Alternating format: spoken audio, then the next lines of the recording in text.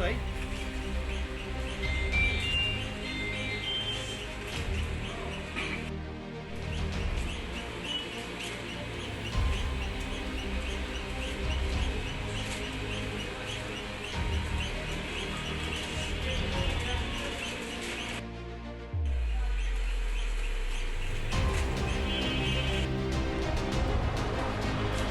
ল্যাবগুলোতে যে কারো প্রতিষ্ঠান ঢোকা নিয়ম নাই।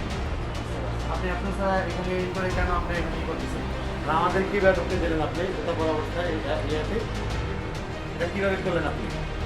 এটা ল্যাব প্রতিষ্ঠান আমরা আমরা ইম্পর্টেন্ট একটা প্লেস এটা। প্রতিষ্ঠানের স্থগিত এটা আমরা ফার্ম এটা আমরা মালগুলা বিক্রি করে আনছি, সব মাল নিয়ে যাবে, আমরা প্রতিষ্ঠানটা বিক্রি করে ফেলছি। এটা কিভাবে করছেন? এখন কি বন্ধ আছে বর্তমানে? বন্ধ।